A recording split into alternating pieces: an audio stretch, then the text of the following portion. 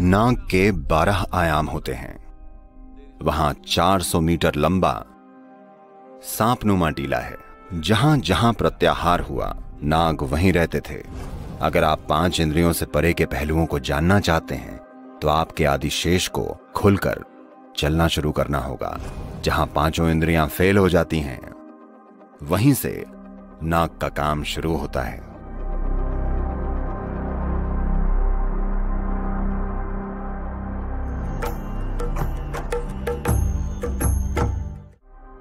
भारत में नाग के 12 आयाम हैं जिनकी पूजा की जाती है।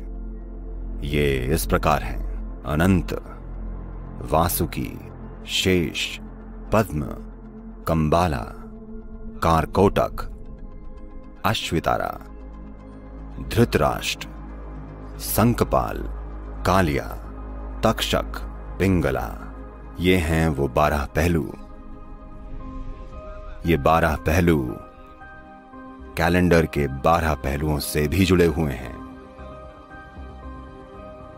वही पहलू जिनमें लोग सितारों और उन चीजों को पढ़ते हैं। वाकई दुनिया भर की अलग अलग संस्कृतियों में आप इसके संकेत और प्रमाण, सांकेतिक प्रमाण देख सकते हैं। पिछले 20,000 सालों में दुनिया भर में ऐसी कई कलाकृतियां बनी हैं जिनमें दिखाया गया है कि कैसे सांप ने उन जनजातियों की रहस्यमय यात्रा में एक महत्वपूर्ण भूमिका निभाई है। रूस से चीन तक, बेशक भारत में, अफ्रीका, मिस्र, ग्रीस, दक्षिणी अमेरिका, उत्तरी अमेरिका, हर जगह इसे दर्शाने वाले सांपों के प्रतीक मौजूद हैं। और उत्तरी अमेरिका में हमने पाया कि ओहायो में 400 मीटर लंबा एक सांपनुमा टीला है।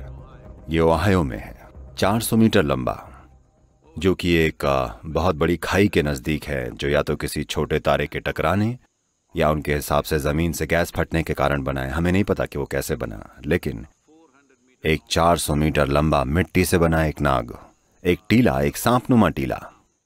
तो दुनिया भर में अलग अलग लोग इस नतीजे तक पहुंचे हैं। इसलिए नहीं कि संस्कृतियों ने दूरियां तय की हैं, हालांकि ऐसा भी हुआ है, पर वजह वो नहीं है कि ऐसा हुआ है। जिस भी जगह लोगों ने 5 इंद्रियों से परे कुछ समझा है, जहां भी लोगों ने ज्यादातर समय आंखें बंद करके बिताया है, यानी मूल रूप से प्रत्याहार किया है। प्रत्याहार यानी आपने इंद्रियों को खुद में समेट लिया है। जहां जहां प्रत्याहार हुआ है, जहां जहां इंद्रियों को खुद में समेट लिया गया, वहां वहां नाग रहते थे। वहां लोगों ने विकास की प्रक्रिया के उस शेष बचे हिस्से के आयाम के महत्व को पहचाना, जो विकास के साथ साथ हमारे अंदर बचा रह जाता है, और कैसे हम उसे सक्रिय कर सकते हैं, और कैसे ये हमें हमारी इंद्रियों की सीमाओं से परे ले जाकर हमारे विकास की एक प्रक्रिया बन सकता है। शिव के गले के चारों ओर जो सांप है, वो वासुकी कहलाता है।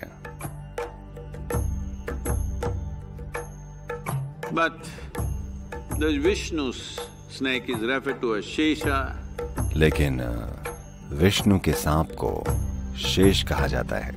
अगर आप ये ना जानते हो, आप में से वो लोग जिनको दक्षिण भारत की लोकल भाषाओं में शुरुआती स्कूली शिक्षा मिली है, अगर आपने पढ़ा है, मुझे नहीं पता कि तमिल में क्या शब्द है, पर तेलुगु और कन्नड़ में अगर आप मैथमेटिक्स सीख रहे हो, शेष यानी रिमाइंडर। मैथमेटिक्स में ये एक सामान्य चीज है, शेष। तो उसी शब्द को यहां प्रयोग में लाया गया है, यानी शेष, क्योंकि ये सांप या यही नाग उस चीज का प्रतीक है जो हमेशा शेष रह जाता है। जब एक सृष्टि समाप्त हो जाती है, तब कुछ चीजें रह जाती हैं, या एक खास मूलभूत पहलू रह जाता है जो एक बार फिर से दूसरी सृष्टि में अंकुरित होता है। तो ये वही शेष है जिस पर विष्णु विश्राम करते हैं। यानी जब वो विश्राम कर रहे हैं, जब पालन पोषण के लिए कोई सृष्टि नहीं है, तब वो शेष पर विश्राम कर रहे हैं। वो जो बचा रह गया है, आदिशेष नाग, खुलता है और समय आगे बढ़ता है। यही इसकी पौराणिक कथा है। इसका मतलब है ये पिछली सृष्टि का जो बचा हुआ हिस्सा है, वो जो बचा रहता है और जब वो उठ खड़ा होता है तो उसे आदिशेष कहते हैं, क्योंकि वो सबसे पुराना शेष है जो बचा हुआ है। और उठ खड़े होने का मतलब है एक नए ब्रह्मांड की रचना होने को है। तो ये जीवन का एक बहुत गहरा पहलू है जिसे प्रतीकों की मदद से व्यक्त किया गया है। तो आज नागर पंचमी या नाग पंचमी है, जो कि इन चीज़ों का प्रतीक है। श्रावण के महीने के 5वें दिन ये वही दिन है जो कि उन लोगों के लिए बहुत महत्वपूर्ण है जो अपनी भौतिकता के परे, अपनी इंद्रियों से परे अपने जीवन को भेद कर जानना चाहते हैं। ये केवल अनुभव करने की बात नहीं है या आत्मज्ञान की या मुक्ति पाने की बात नहीं है, ये जानने के बारे में है। अगर आप जानना चाहते हैं तो शायद हर कोई जानना नहीं चाहता, जो कि ठीक है। कुछ लोग बस मुक्त हो जाना चाहते हैं, उनको जानने से कोई मतलब नहीं है, वो भी ठीक है। पर वो जो जानना चाहते हैं उनके लिए उनके अंदर विकास की प्रक्रिया का ये शेष रहने वाला पहलू बहुत बहुत महत्वपूर्ण है। नहीं तो ये वाकई काम नहीं करता। चाहे आप सांपों के प्रतीक को समझें या न समझें, लेकिन आपको उस आयाम में जान डालनी पड़ेगी। Your Adishesha has to begin to uncoil and move.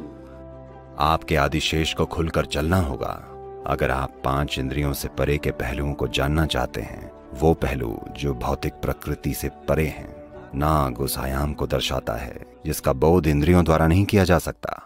यही कारण है कि योग संस्कृति में नागों पर सबसे ज्यादा ध्यान दिया जाता था। देखिए, आदि योगी अपने गले में एक नाग को धारण किया करते हैं, क्योंकि ये आपके उस पहलू को दर्शाता है जहां आप किसी चीज को समझ पाते हैं, जबकि आपकी इंद्रियां नहीं समझ पाती। जहां 5 इंद्रियां फेल हो जाती हैं, वहां नाग का काम शुरू होता है।